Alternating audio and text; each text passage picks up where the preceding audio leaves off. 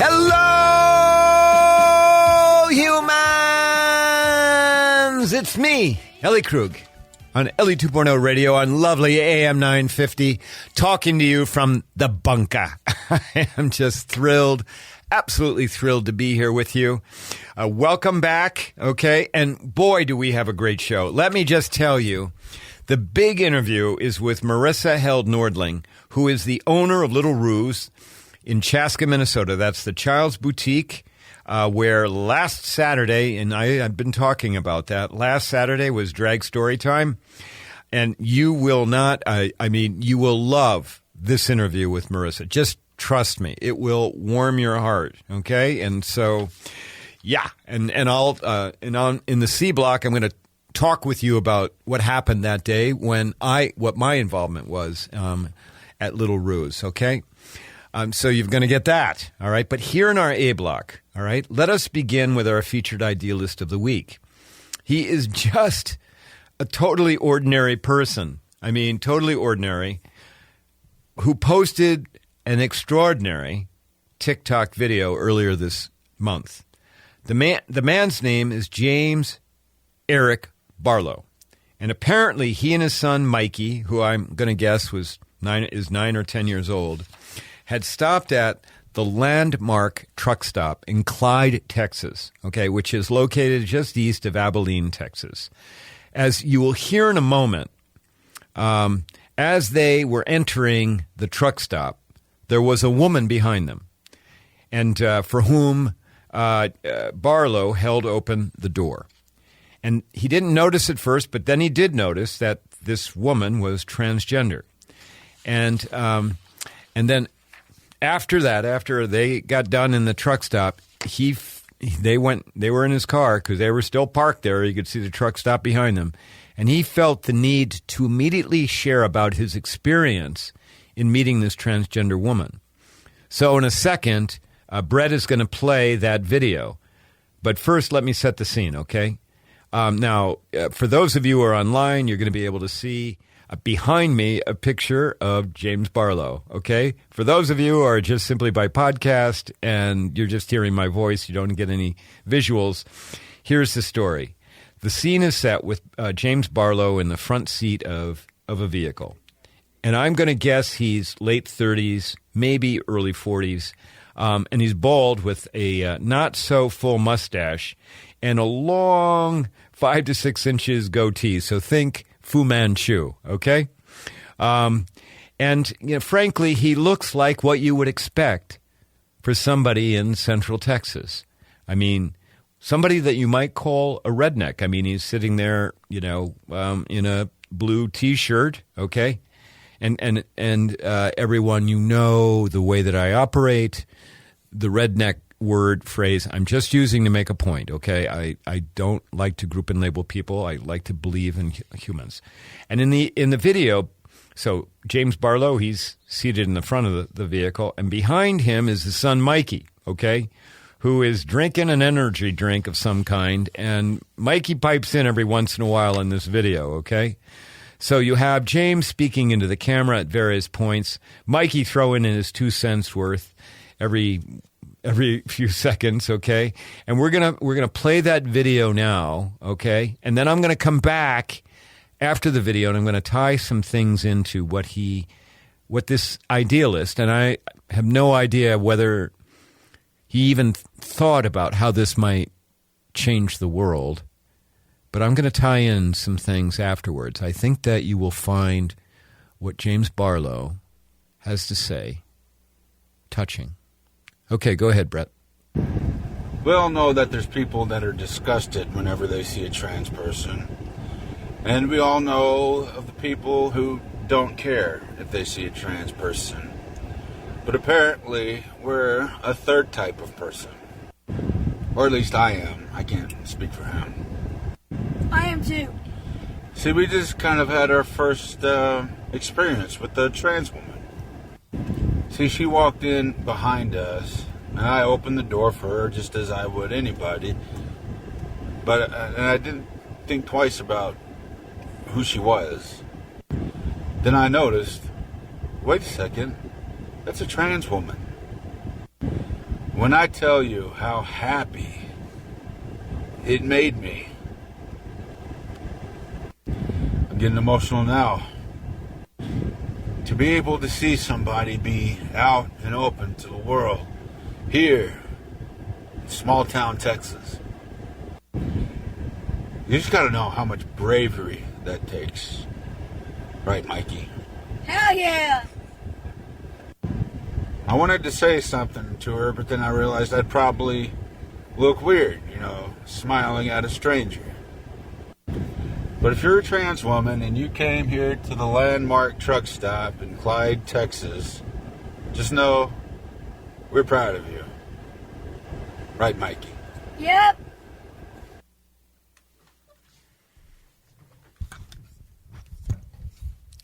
I told you would like what James Barlow had to say, right? Those last words, just know we're proud of you. Incredible.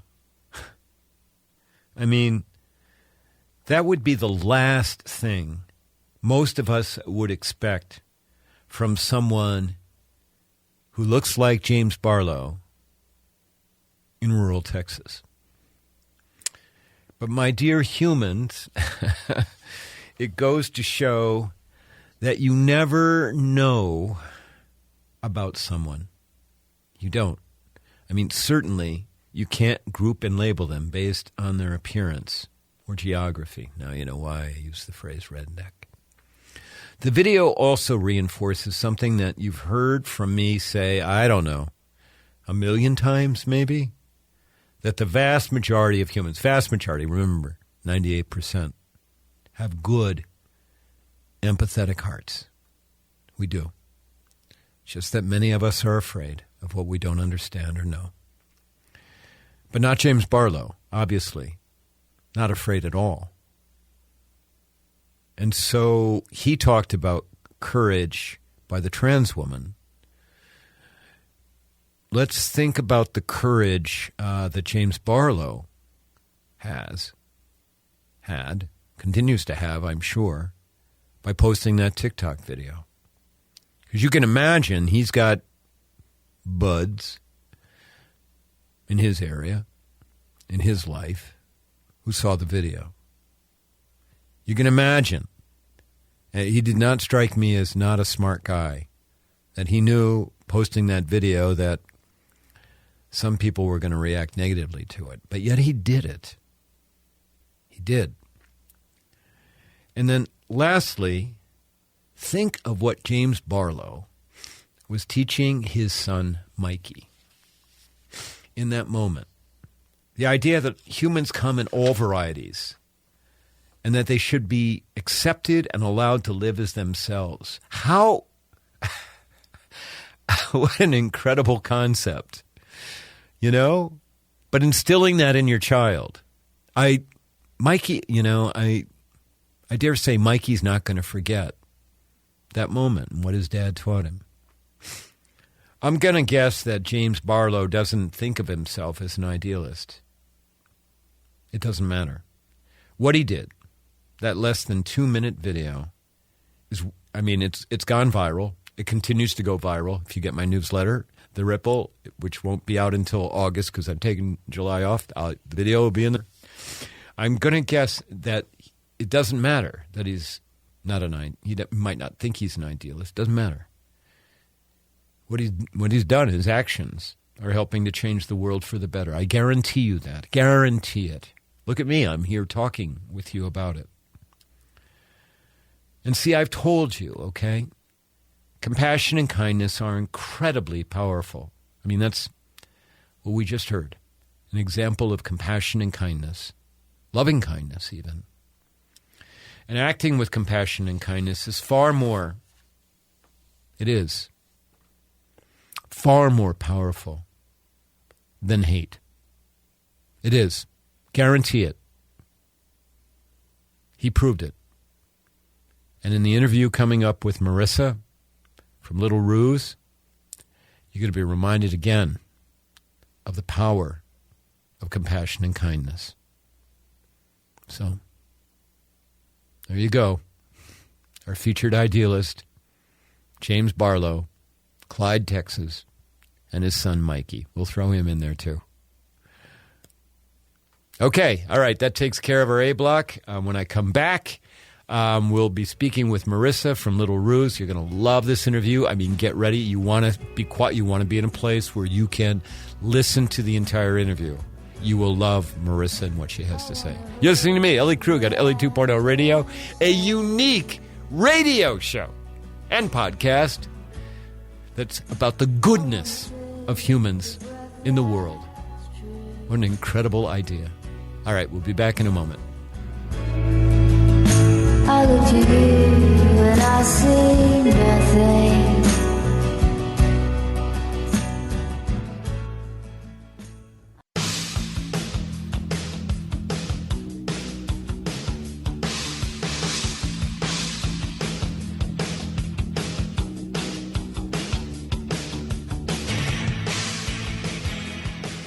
And we're back. Ellie 2.0 Radio on the lovely AM 950. How are you all? Okay. All right. I told you the big interview. I know you're going to love this big interview because it is with none other than Marissa Held-Nordling, who is the co-owner of Little Ruse. Audience members, you know about Little Ruse and their drag story time last week. And I wanted to have Marissa on because, Marissa, I just absolutely need for my audience to hear firsthand from you, the architect of last Saturday. So welcome to Ellie 2.0 Radio. Marissa, tell us first, will you, about Little Ruse, okay, so we can kind of set the stage, set the foundation. When did you start the business? You own it with your husband, right? And, you at one time you were all online, and then you went to a brick and mortar store. So give us a little bit of the story. Yeah, so I'm just going to correct you a little bit. So I am the owner. Well, my husband is amazing and everything. He is a good support system. But I'm the one steering the ship with everything. Okay. All right. So we started when Brad was traveling. My husband was traveling for work in the oil fields. And I had 2 new babies, 16 months apart, because I'm a crazy person like that. And I started YouTubing how to make my own bows because just with finances and everything else going on, it just wasn't reasonable for me to be going out and buying tons of bows, being a stay-at-home mom and such. So I YouTubed all these videos. Where were you living at the time, Marissa? In Chaska. Okay. All of this is in Chaska, yeah. So okay. I YouTubed all these bow videos, and I taught myself how to make them, and I put them on Facebook Lives. And all my friends were like, this is amazing. And they kept buying them, and it grew more and more. And our bedroom downstairs, our guest bedroom, slowly turned into a bow workshop. And then more people started coming in to help me produce everything. And then it just got a little crazy when COVID hit to have all these people in and out of my house because we were doing such a high volume with online sales at that point. And we did find a little historic building in downtown Chaska that we moved our production into.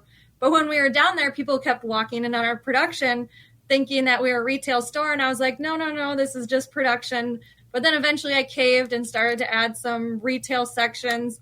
Then a year ago, we just grew to the point where we had to leave that historic building. And we landed in North Chaska here in the Chaska Commons and just expanded our retail about 5 times the amount. So now we have toys, books, games, plus all of our handmade bows and clothing. Well, and listeners, first of all, you've got to love this store because, Marissa, you've got the front end where you have your retail, but on the other side of a wall, you've got your production, and you've got people that have sewing machines. You have all kinds of cloth. I mean, it's made in America. It's, the old-fashioned made in America.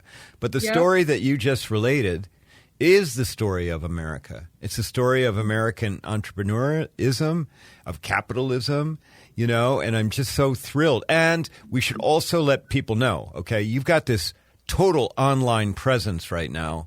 And if you walk into your store, you have behind, the counter, you have a counter, an actual counter that you can literally stand there and watch as the numbers change on the number of sales online. Am I right about that?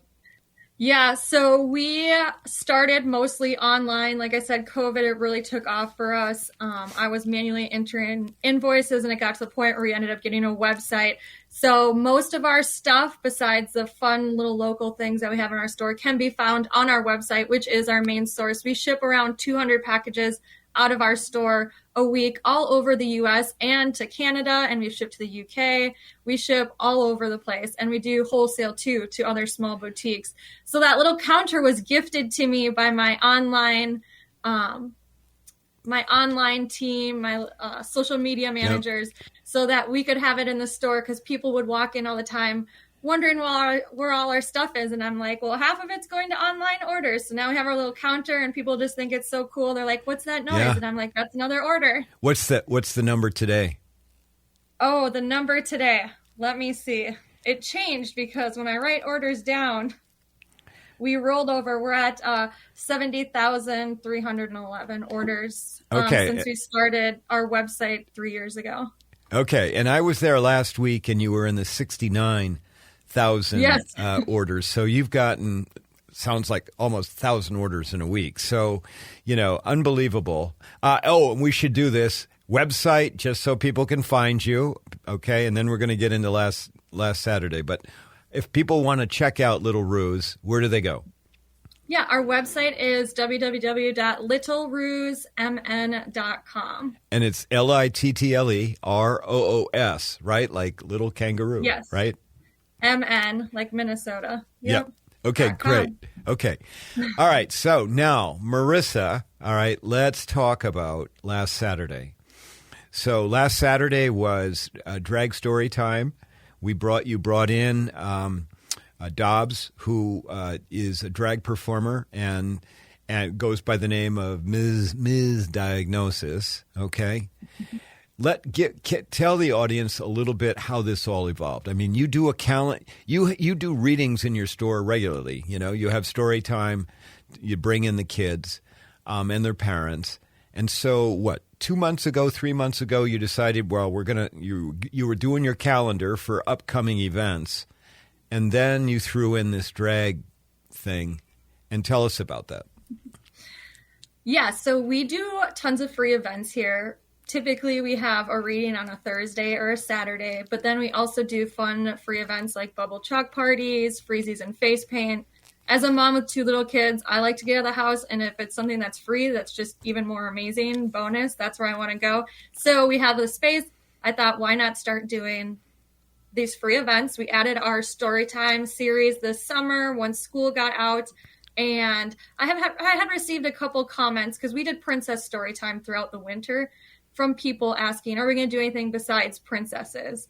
And that really got me thinking, what else is out there besides local authors? And when I Googled it, venues and libraries came up saying that they were doing drag story times. And I mentioned it to one of my employees who has a child within the LGBTQ community. And she said, I know somebody. And that's how I connected with Dobbs, who is a Chaska native here. And I thought it was just a great addition to our summer storytime lineup series. And then you know the rest. Yep. Well, so am I correct, Marissa, that when you threw that into the lineup, you really didn't understand how drag had become such a flashpoint in America? Am I right about that? Correct. Yes, I am not a huge news media follower myself. With 2 kids and the business, it takes most of my time. And I would say I'm definitely in a very accepting circle of friends and employees and just the people that we keep around us, to the point where we knew we'd have a couple comments, but no way did I expect multiple people to be coming into the store yelling at us. And I was just very confused, because this wasn't something that was abnormal. This wasn't something that I thought was different in our lives. Marissa, I've just got to tell you right now, because I looked over at my producer, Brett, and he knows what I'm going to say. You're You're just melting my heart, woman. Okay.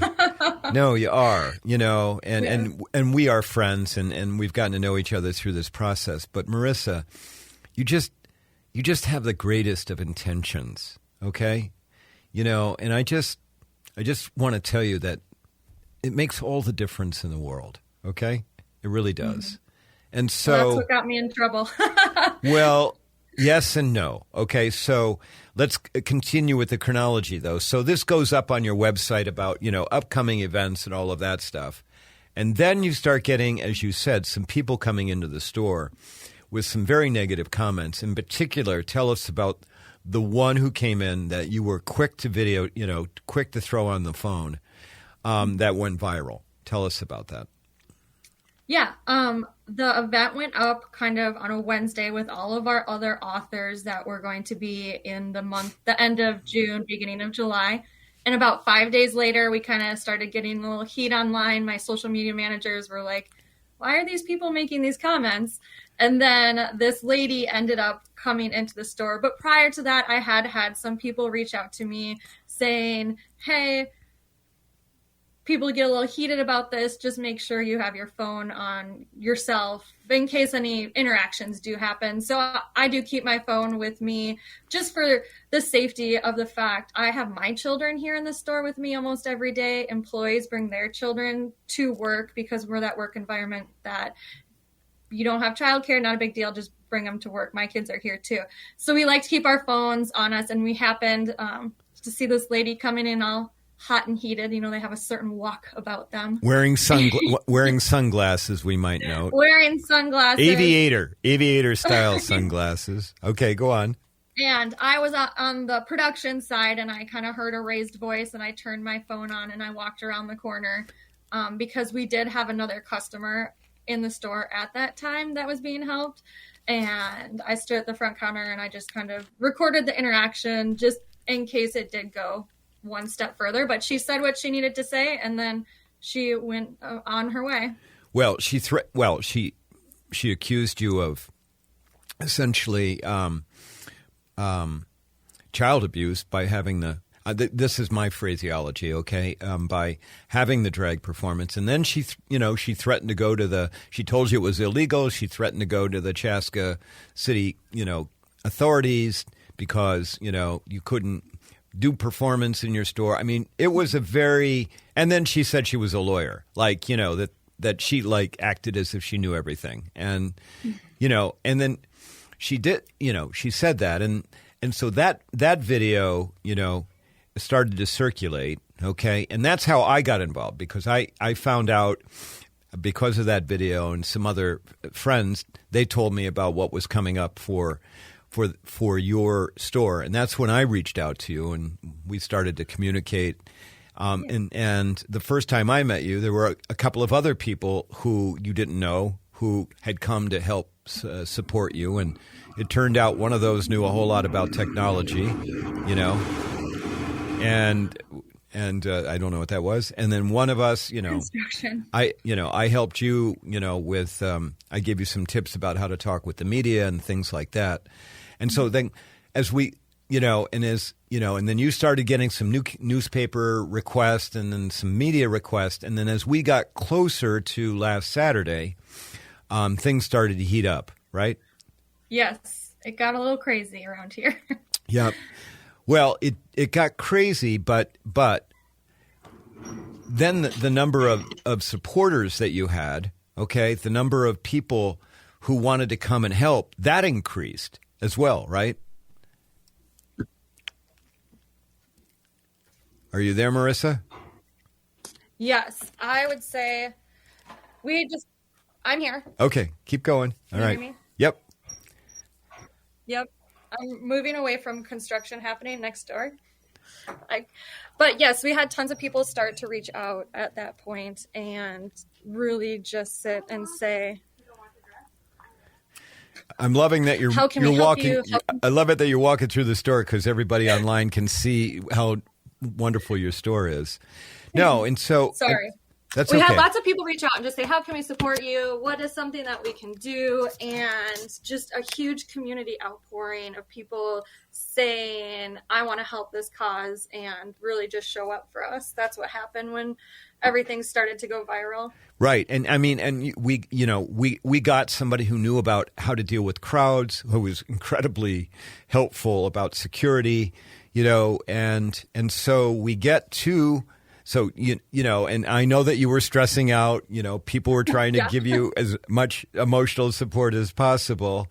But then we get to the day, okay, and I was there at 8:00. I think you got there at 6 a.m, but I was here super early. I did not sleep. Okay, well, I got there at 8, and I think I was the first volunteer to be there. But it started out, the volunteers all showed up, and we anticipated, you anticipated that there were going to be protesters that were going to come. In anticipation of that, you had checked with the owner of the property, who made it clear that the protesters could not be on the property of the mall, the strip mall, that they needed to be on the sidewalk. Did some strategic positioning of U-Haul trucks between your store and the sidewalk. And then the day started, right? So tell us about the day. Let me remember it. I keep telling people, I felt like it was kind of my wedding day, when everybody just has so much love for you. Everybody wants to see you. And it's just like such a positive blur. That's kind of what it felt like that day. There's just like so many happy people there. So the day started around 10. That's when the protesters came in, but they were quickly put to public land, which would be the sidewalk, and our U-Hauls that were donated to us by volunteers did block that. If you didn't know they were on the other side, you couldn't tell when you're at the event, because we had a lot of music, we had glitter everywhere. I'm still cleaning out of everything here.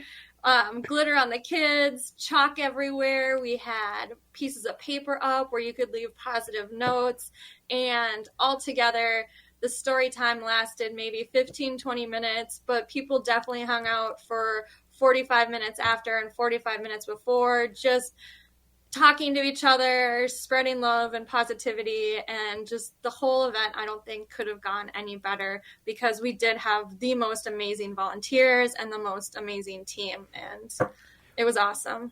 Well, and your store is not all that big. But you were able to fit in on both sides, because you position Ms. Diagnosis at the kind of the apex of both sides of your store, and I mean it was filled. I mean there was no space. Of course, you complied with the fire code, but it was, and everybody was so well behaved, right? I mean, other than the protesters. Okay, there were correct me if I'm wrong, but there were no issues of any kind with anyone. Nope, we had no issues. And when I read the reports, it was amazing. No injuries, no arrests, no citations. All the kids seemed pretty happy, which is a bonus. And during the story time, Misdiagnosis just engaged them so well. It was such a great reading. If you watch the live, I believe it's up on our YouTube still, if you do want to go back.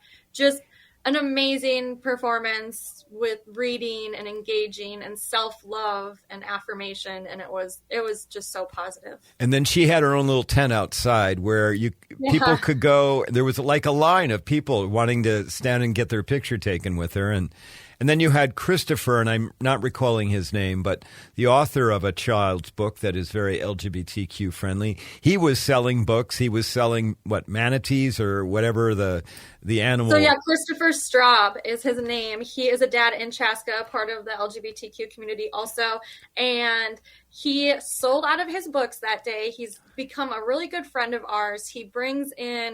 He has 3 books total, and he has his Inside Out Critters too. So we've known Christopher for a while, and I asked him, I'm like, hey, you need to come in and do a story time reading. Like, your book is so popular. And he goes, I don't want to do that, but I'll do signatures.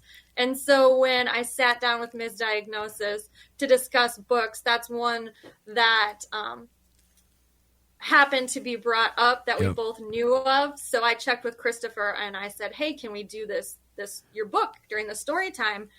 And he said, absolutely. And then I'm like, well, can you come do signatures? So it was Yep.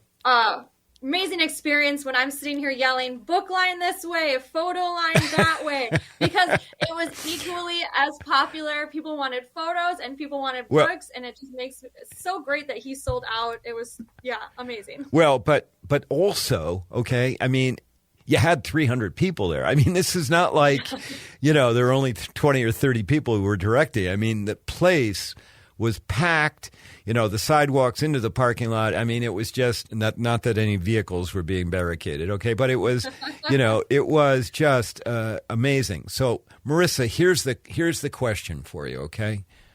How did this change you? In what way, going forward, do you think that this has impacted you as a human? I would say the main way would be, for myself, everybody wants to help, but you don't ever think that what you do can make a difference or what you do could change anybody's narrative. And so many people don't do things or don't show up or follow through because they're concerned about the outcome. For me, I feel like this just really showed if you do something and you stick to it, you can help be the change. You can change a narrative.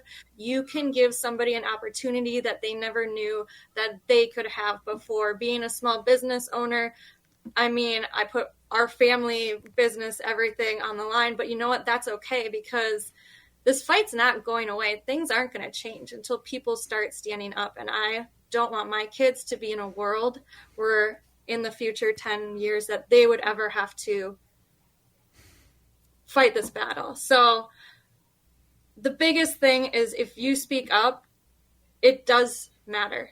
It does affect people. Being quiet is not going to change anything. People have to start taking a stand. So, I told you to prep for this show, I always ask my guests if they're an idealist, somebody who's positively working to make, actively working to make positive change in the world. Do you think of yourself as an idealist? Definitely. I want to work towards building and creating something better. I want to stand up. So. Okay, so now my heart just totally burst. Sorry. I'm like working on not crying. I cried like 5 times on Saturday. Well, so I'm like, I know, but I'm tearing. I got to tell you, I'm tearing up. I just admire you greatly. I know that you took a risk. I know that it was emotional. I mean, it was so palpable how emotional this was for you coming up to that day. And on your husband and some of the people at your team members. But Marissa, what you did, okay? I mean, there were more people at your event than at Chaska Pride a couple of weeks before. There's no hands down because I was at both events. But what you did is you changed Chaska. I'm just here to tell you that, okay? You set the precedent for how it could work. You set the precedent that gave agency to people who could just come out, because there were just a bunch of people that don't even have kids. They just came, Mm-hmm. And so I just want to, as a member of the LGBTQ plus community, I just want to thank you. I mean, from the bottom of my heart, I just absolutely want to thank you. Thanks. You're welcome. I wouldn't change a single thing about any way that this went. Okay. To the point, let's do it again in a little while. Yeah, I need a rest. Yeah, give you a little breather. All right. Well, listen, Marissa, I am really thrilled that you have been on my show, and I'm really grateful for your time. And I wish you the very best. Okay. And just go forward. And I just wish you great financial success, okay, because you took some risks, and I hope that people just keep coming to you. I mean, you're my children's boutique now, for sure, Yeah. Okay? All right, so thanks for being on Ellie 2.0 Radio. Thank you for having me. All right, that's great. All right, well, listeners, we've been speaking with Marissa Held Nordling, who is the sole owner of Little Ruse in Chaska, Minnesota. Check out her store. Go online, buy some bows, and just support her because we need people like Marissa right now, really badly. Okay, take care, Marissa. Bye-bye. Bye. All right, everyone, we'll be back in a moment for me to do the C Block. I'm going to talk to you about my role that day, last Saturday at Little Ruse, and tell you about how that impacted me. You're listening to me, Ellie Krug, on Ellie 2.0 Radio. If you like what you hear, visit my website at elliekrug.com. We'll be back in a sec. Will any human being ever reach that kind of light? I call on the resting soul of Galileo, king of night vision. And we're back. King of insight. Ellie 2.0 Radio. Okay. Marissa Held Nordling. You know, I have one phrase for her, other than idealist. Hero. She's a hero. You heard her talking about the risks, and let me just tell you, I mean, I can firsthand attest to how she was stressing out over it. But, you know, I kept reassuring her, people kept reassuring her she'd get through it, that it'd be all right. But what a hero. And so let me share a little bit about my role that day. Okay, so I got there at 8 o'clock. I was the first volunteer there. Not that that's anybody great. It's just I'm neurotic. And you know, we got other volunteers came and we started, you know, putting up the stanchions and you know, and signs and did all kinds of stuff to get the place ready. And then people started coming. You know, I mean, we started the story time was going to take place at, I believe, 10 o'clock. Or maybe, no, it was 11 o'clock it was going to take place. But people started coming at 9:30.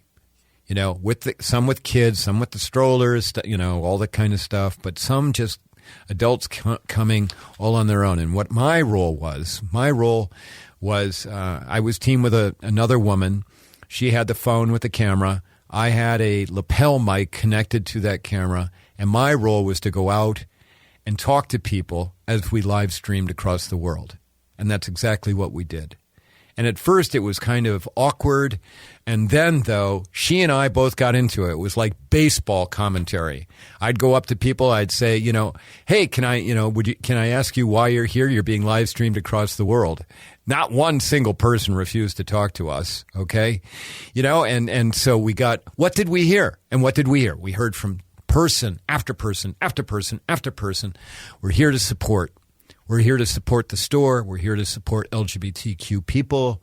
You know, I heard from some people, I've got somebody who's LGBTQ in my family, you know, all of that stuff. But we're here to support. We're here to show our love, you know. And in between this, Jody was the name of the person with the camera. We're doing color commentary. Oh, it's a beautiful day here. Can you see this? The clouds? And oh, look at the colors over there, Jody. Get the camera, get a good view of that. I mean, it was so much fun. I had no idea I'd have fun at this event. It was. And the only wrinkle about all of it,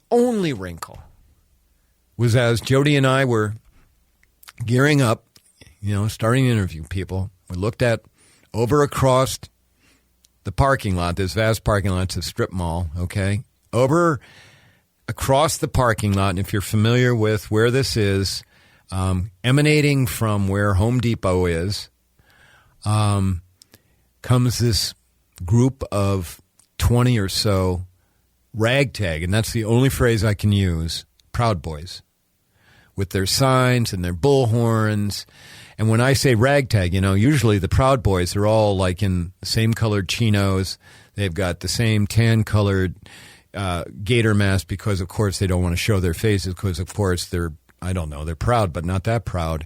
You know, and they usually all have the same hats and the sunglasses. Well, this was a ragtag crowd. Okay, they were not. They all had masks. Trust me. And some of them had Proud Boy shirts. Some of them had. They kind of look like, you know, the totally inferior version of the Proud Boys, and I'm making fun about that. But as they were coming across the parking lot, with these signs, and this is, I watched. And I would ordinarily have been afraid. But I wasn't there at that moment. And you know why I wasn't afraid? Because there were so many people. So many people standing, opposing them. So many people around me. They're like, oh, forget this stuff. Leave that, get out of here, kind of thing. And I wasn't afraid because I was among people who cared about me and my community and who I was certain would protect me. And the Proud Boys came. There was a little bit of interaction, but not a whole lot. Okay, we got some really great training. There was a woman there named Darcy who she knew her stuff about how to deal with these situations. She was going around, don't engage with them, don't engage with them. Everybody listened. Eventually, the Proud Boys would not move away from the store, even though the store owner had specifically specified nobody, there could be no protests on his private property. Proud Boys didn't take our word for it. Eventually, the Chaska police got there after some delay. I don't understand that entirely why, but they got there and they got the protesters off to the sidewalk. But as you heard Marissa say, we had strategically parked some big U-Haul trucks in between the sidewalk and the store, and put up a big, rainbow flag between the two trucks. I mean, you'd never know that, as Marissa said, that anybody was on the other side of the trucks protesting. And so that was incredible, okay? And that was my very first experience with the Proud Boys. It was. Who knows if it'll be my last? I don't know, okay? But I will tell you this, okay? It was an incredible experience to be there. I will not forget that day for the rest of my life. I won't. And we talked to people who drove from South Dakota to come to Little Ruse, just to be supportive. That's all. They didn't have kids. Two older people. They were in their 60s. And this is the way it has, as I told Marissa, it has changed Chaska. No more can the narrative be. No more. We've got proof of it, that it's a town, that it's in a county that doesn't care, that is biased, that's discriminatory. No more. That story's over. There's a new story that we wrote last Saturday at Little Ruse.